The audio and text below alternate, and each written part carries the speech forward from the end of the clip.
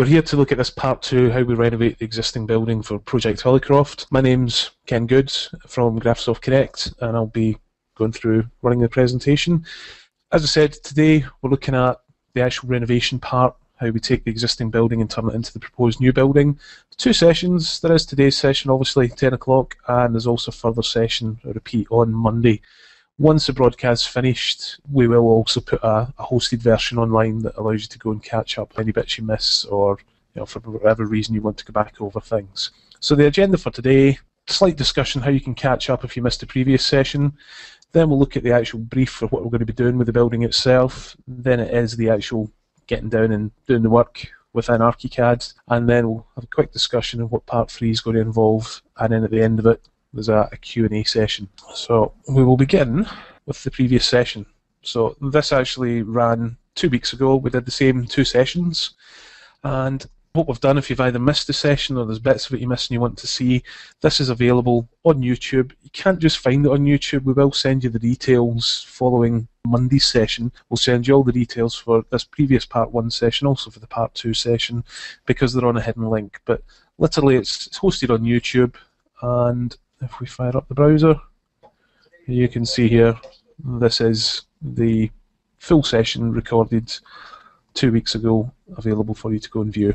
Basically in that session though, what we did was talk about how the building was actually created in the first place. You can see there's a lot of detail around about the chimney, the roof. There's also, behind here, there's actually a plaque with Hollycroft on it, which is the name of the property. I think we have more questions about that than anything else, and that's how we got the text embedded. I'll show you that in a second. But as I say, this is available to allow you to catch up and see how we got to this stage and built the existing building.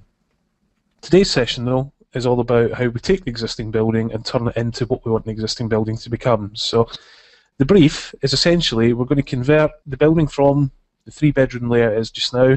It's going to be turned into a 4-bedroom. Part of that process, we have to extend an existing extension at the rear of the property up to, from a ground floor to a first floor extension. We will add a 4th bedroom or a study, a new family bathroom, and also a master bedroom with ensuite. So effectively, the existing layout is this 1920 double-fronted brick dwelling. As I say, it's 3-bed. We're going to turn it into 4-bed, and as part of that process, we're going to be doing the ensuite, corridor storage space, family bathroom, and then there's going to be the 4th bedroom as well. So that's what we're going to look at, and we're going to look at that using ArchiCAD 16, because ArchiCAD 16 has built in the Renovation Tool. 16 runs in PC or Mac. You have the choice, whatever one you want to go with. But just actually before we get into that session, what I was going to do was just a quick poll, which is just a little bit of interaction. And this is just to find out a little bit more about how you guys actually work. And if I just share the results with you, you can see what's actually happened. So 2% of you use drawing board, 14% traditional 2D CAD, 51% 2D CAD with 3D models. So I'm guessing that's the sort of thing where you're using Vectorworks or maybe AutoCAD, maybe with SketchUp, to produce some 3D models for visualization or some sort of coordination purposes. And then there's 28% already use BIM. So be quite interesting to find out a little bit more about that some other time. But let's carry on for now. Back to the PowerPoint. You'll be pleased to hear that's pretty much the end of the PowerPoint. It's not a death by PowerPoint by any means. From this point, it is over to ArchiCAD. So I've actually got 2 models open here. Because we're a little bit short of time, effectively I've got 20 minutes to do a single story extension, change the layout completely and do a whole load of other stuff. So because of that, I've actually got 2 files just in case I need to copy a few bits to make sure we don't run out of time and run miles over. So first off, this is Hollycroft, and I'll go back to this one because this is the image that always gets people talking about how we've actually created this particular item. It's one of the simplest ones to actually create, but it's just a couple of slabs that have had some text removed with a Boolean operation, and then saved as an object and stood upright to place in the wall as it is just now. So it's actually a very, very simple thing to produce. But if we go back to 2D, this is the existing ground floor layout, and effectively the only thing that's actually going to change here is this roof's going to come off this part of the building, and if we go up a floor, this layout's going to change in here. So right now we have, if you come up the stairs, you come across here, you've got your existing family bathroom, then there's the existing master bedroom, and then this is the roof of the extension that's been added on the ground floor at some point in the past. And what we're proposing to do is create a corridor through here with some storage space, create this area here as a new family bathroom, create a new large master bedroom with an ensuite in the corner here, and then this existing family bathroom is going to be converted into a smaller bedroom or a study. In order to do this, what we need to do is use this Renovation Tool. Now this is just a palette inside ArchiCAD, and it's actually one of the simplest things to use. There's literally 3 buttons, and then there's a load of filters here we can use as well. So the 3 buttons, they allow us to set the status of elements. So we can say this bed is existing, and if we look at anything just now, it'll actually show up as existing because right now it's there as part of the existing model. We then have the to be demolished status. So in this case, what I want to do is get rid of the roof and probably some other elements as well, but let's just go with the roof first. And we just say demolish that. And in fact, let's come in here and let's take this bed, let's take this bathroom layout. So all I'm doing is picking up the elements, and in fact in the bathroom we're going to get rid of this storage cupboard because we no longer need it. What we're going to say with that is demolish it. And then also this little piece of wall, we'll demolish that as well. So I've picked a load of things to be demolished, but nothing's actually changed on plan, because once we demolish items, or we change items in any way, we have to choose what filter we apply. Now I've gone completely overboard here and created a whole load of filters just to show off some of the stuff it can do, but right now we're looking at the existing layout. So obviously if I'm choosing things to be demolished or whatever it is, it's an existing layout, so I don't want that to show up. But what I do want to do is when I then say show me the demolition layout, then immediately you can see the colours change, and I can now see red dashed lines, big crosses through the doorways. I can see everything that's actually coming out. You can also see, I've probably shot myself in the foot slightly, obviously I've had to build the whole thing and then undo it to be able to show you this particular part of the presentation, but I've already added the bathroom window, and that's actually, it's a filter that's not available yet, it's a new status, but it's already showing me the downtakings for the space that's going to have to be opened up to make way for the new window that will be placed there. Now obviously I can do this in the 2D window, but it's also quite useful to do this in the 3D window. So let me just spin this around quickly. If you like this, and if I just set this up, if I set this, what I want to do is just bring the sun around so we can actually see what's going on here. So the same filters that I used in the 2D window, I can also use in the 3D window. So here we are on the existing layout. If we look at the demolition layout, then immediately what it does is highlight in red the objects that are actually coming out. So I can see exactly what's what here, and there's a piece of wall which also has to come out of the way. If I go to the wall tool, it'll be easier. So grab that piece of wall, and we'll set these to be demolished, and that'll immediately turn these to red, so I can actually see what's coming out of here. There's then a whole host of other filters we can start to apply. If we look at demolition items only, then I can actually physically see exactly what's coming out of here. Quite happy with that. Let's go back to the demolition layout where I can see everything else. I'm going to drop back to 2D to do the majority of the work, because setting out walls, I want to line them up with other elements. Now what I'm going to do, because we're a bit short for time, is if I go back to the existing layout, I'm going to just copy these elements, and if I go to, well actually it doesn't matter where, let's just copy that. If I go up a floor, I'm going to paste them down. But once they're pasted, what I'm going to do is actually pick them all up and say that these are new status elements.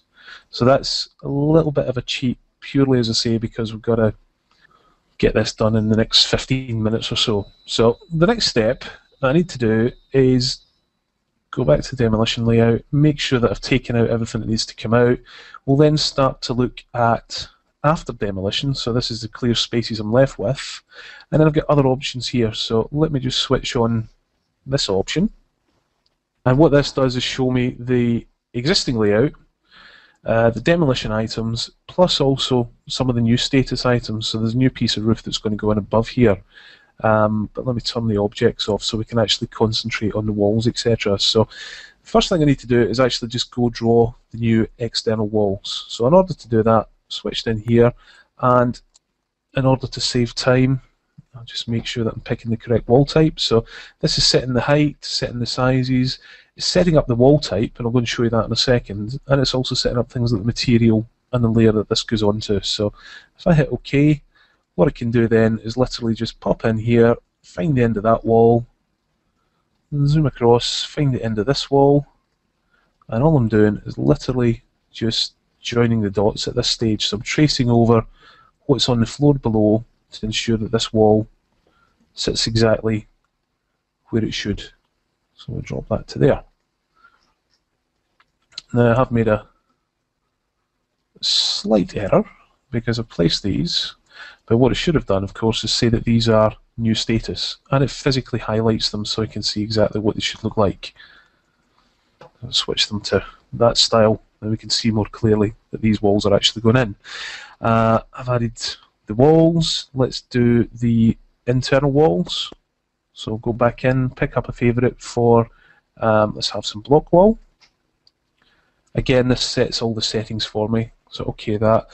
While this is actually doing this, just let me briefly show you the composites that I've used to set these up. So here is the composite for that wall I've just selected, and in here what you're doing is choosing the skins that are actually enabled, as well as the materials and the thicknesses.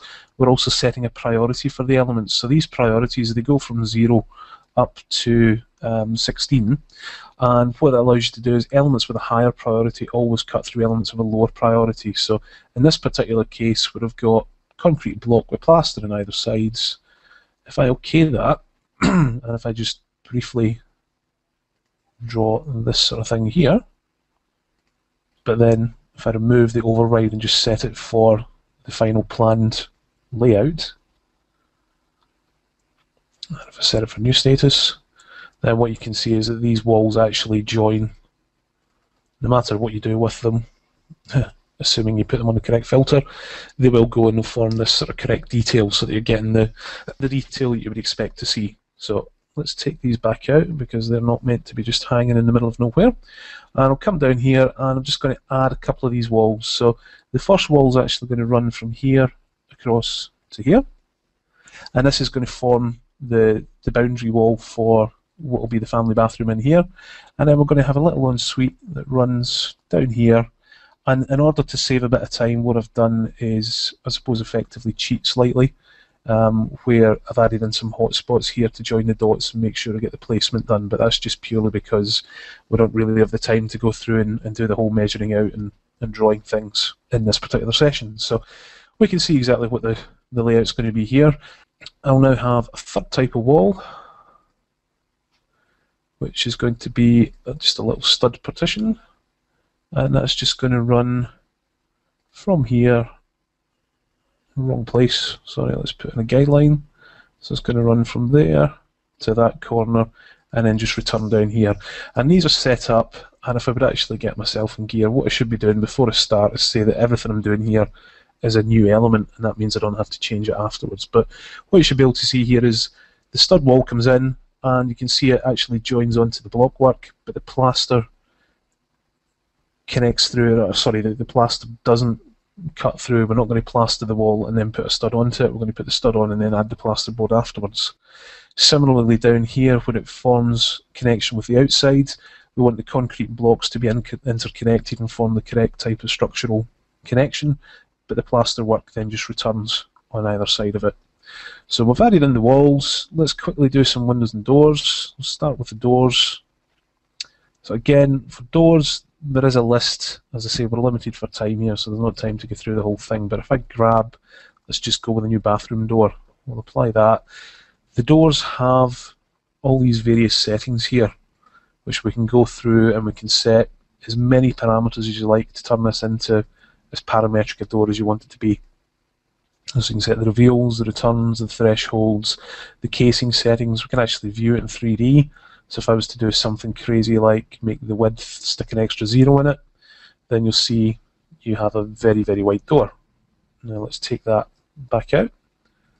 Carry on through the rest of the settings. You can see we can add sills, shades, masonry arches, minimal space, and even parameters at the end of it. So if I just OK that, to place the door, we'll get two options. We can either place it by a centre point or place it by a corner point. Now what would be nice is if I place it by a centre, I want to place it in the middle of this space that's left here. So I've actually got a setting down here which allows me to find halfway between the two nearest connections. So that's halfway on that length of wall, and this is halfway on that length of wall. So we can do that, and then depending where I pick, that's going to open down into the bathroom like that. I'll now pick another favourite. So let's have a doorway through to the master bedroom. So it's pretty much the same style. This time I'll place it by a corner because I've put a couple of little markers to give me the correct offsets. So one there, click down, and we'll open this around like so. And then finally, if we go back in, favourites, we want a sliding door into this storage area. There's not really space to put in lots of separate opening doors, so we'll just do this, open it to the outside, and then we have a sliding door. And these all behave properly parametrically, so you can do things like, if I grab this point, we can actually slide the door open. We could also slide that one open, and there we go. If only IKEA wardrobes were as easy to assemble as these. Similarly, doorways, we can open and close these to whatever angle we want. The only thing we need to do now is I'm going to take a copy of this one, place it by its centre point, just in the middle of this piece of wall here. This is going to be our ensuite, and we'll probably open it outwards like so. So that does all our individual bits and pieces there, the different parts we need. What I'll do now though is go and grab the window tool. I've actually already added a window to the bathroom, but we've got a couple of different windows. We need one in the ensuite, so we'll OK that. And we'll have one in the ensuite which is going to be placed, let's go from that corner there. This window's 600 wide, let's go X 200 minus. It would help if I could actually count, sorry, X 400 minus. And we drop that window in so that it's the centre of it is exactly 400 mil from this corner of the blockwork. Go back into the settings again. We'll have a window on the rear wall. So that's going to drop in exactly in the middle, just under the ridge of the roof. And we'll have another one which can be on the side wall. And all this is doing is just applying slightly different settings, so sill heights, head heights, materials, opening types, whatever it is. And we'll place that exactly in the middle of that piece of wall there. So let's have a look at it in 3D. And we can see there's the existing layout. Let's look at the new construction. So this is showing the proposed. We have the existing walls all in the original colour. We can see green for the new windows that have been replaced, been added. What's actually happening there is the existing bathroom, because that's now becoming a bedroom or a study, we've removed the old opaque window and we've put in a new clear glass window. Similarly, there's an opaque window going into the bathroom here.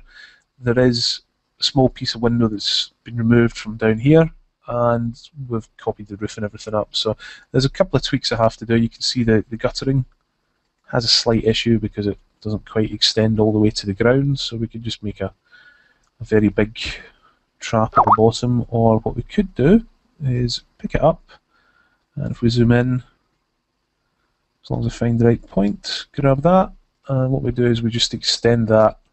Oh, well, let's just angle it out so it hits the neighbour. Maybe not. Let's grab that point, and this time we'll extend it down so it hits the ground. So you can either angle it outwards or do whatever you have to do, but that adds all the brackets and everything else it needs. Should really do the same to the other side, but we don't quite have time to get into that just now. So we can do various different things to present this. The other thing I've done here is set all the existing as just a white model, so that your eye is drawn purely to the fact, here's the downtakings, here's also the new build,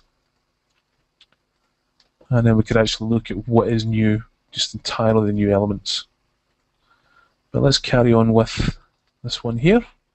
We'll drop back to 2D, And what we need to do now is just quickly throw in some of the objects. So let's do the Ensuite. We have a little basin, and all these favourites are doing is just taking me to the object, giving it the correct rotation, and choosing the insertion point. So the insertion point was in the centre. Maybe I go for the corner, and what I can do with that now is place this in that corner, but actually drop down Y 50mm. So it gives you a couple of inches to drop your toothbrush down the side. If I grab now the shower, let's just pull it in so you can see what I'm doing. I will place the shower in this corner here, and then we'll go back in and grab, this time, the WC. And you can see it's placed there, so maybe we line it up exactly in the centre of the window, or maybe from there we go X 100mm, and we just shift it across slightly.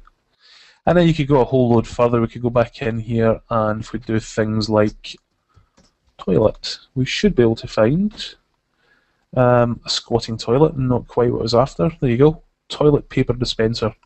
So you can go to incredible level of detail, choose the height this is going to go in at, and then we can actually put the toilet roll holder on the wall. So you can go to whatever level of detail you need here. But reality is, I want another favourite, this time for just the bed. And again, we can choose how we insert this, but I'll OK that. And literally, I'm just going to drop it onto that wall to where it should be, exactly like that. In terms of the rest of the layout, what I'm actually going to do, because I'm keeping an eye on the time as well, I've got this file that shows these are all the existing elements that I need to copy across, or are a part of the new build.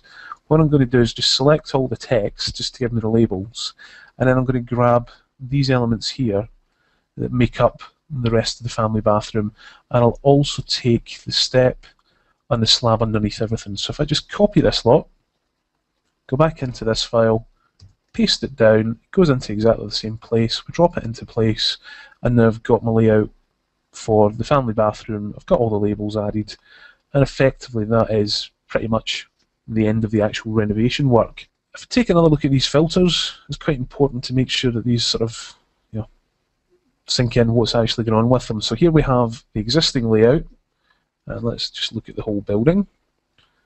We can then switch and view the demolition items, and there's actually overrides here. If we don't particularly like these colours or styles, we can go into the overrides, and maybe what we could do is look at the overrides here, and we say maybe, well, let's take the elements to be demolished, and rather than have them as a hidden line, let's go draw them with a sketch line.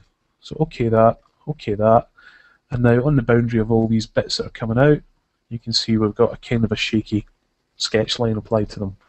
So we can set that up in whatever way we need it to be. I've set them so I can actually view the demolition items only if I want to go back and review these and check them and make sure I haven't accidentally, you know, removed something that's in a completely different part of the building.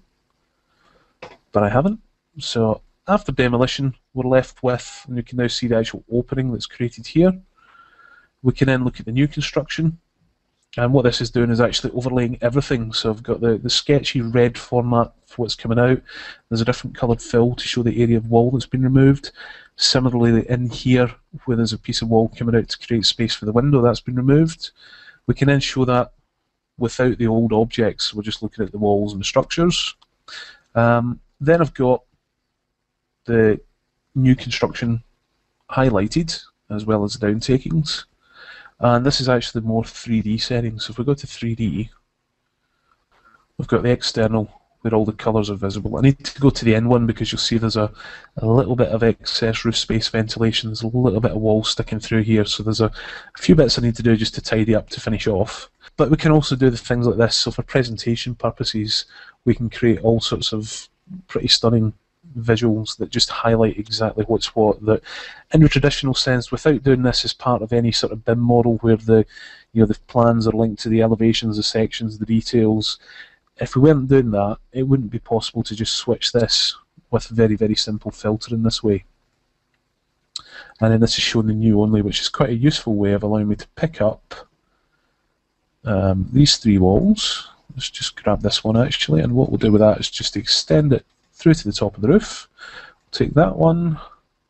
So I'm just spinning around to enable me to select different walls, I actually haven't put a ceiling in here yet, so that's causing a bit of an issue, but we'll worry about that later on. But with them selected, what I can do is just right click and tell it to connect them to the roof. So these are the targets. Let me select the roof tool. I just want the inner roof. That's the operator, and I want to do a subtraction with upwards extrusion. Execute that, and what that does is chop these walls. So if I select just these two walls here, press F5, I can see that they're trimmed exactly to the profile of the roof. And if the roof was to change, this would update, and everything else would then show the correct level of detail. So let's bring everything back. In the final part, looking at the plan status. So this is highlighting the fact that obviously we've got the existing building, and then all the green stuff is the stuff that's actually been placed on top of there.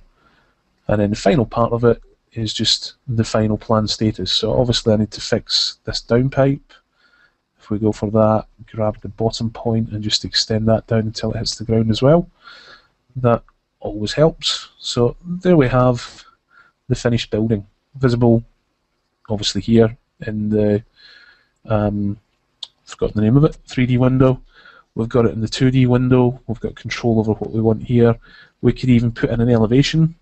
So completely from scratch, we'll take an elevation across, let's say across here.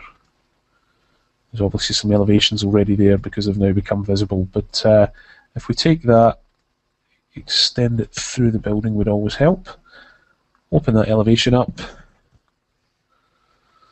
Then we can see the existing. We can then look at the demolition, where it's highlighting what's coming down. We can look at after demolition, what we're left with, which is just the big flat surface to work on effectively. And then look at the new construction. And then finally down here at the bottom, there's the final plan status to see what the building's going to look like once this is all finished. And we can present this in colour, with and without the fills, whatever we need it to be, we're able to change that to whatever's necessary. So effectively that is the building renovated. What I'll do now though is just drop back to the PowerPoint, and we can just sort of close off the session. In terms of what happens next, we have, as I repeated this session on Monday actually, but beyond that, 2 weeks from now, we're doing the final part of the sessions, part 1, 2 and 3.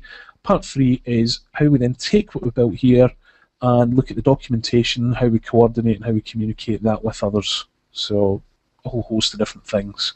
And the agenda is just the whole process of how we generate documents from what we've looked at here, how we output that information, how we then communicate that with others using Building Explorer, and then there'll be a Q&A session beyond that as well. So that is the plan for what happens next effectively. Okay, I think I'll wrap things up now. Our details are on the screen there if you want to give us a buzz or drop us an email if you've got any queries. Thanks for your time.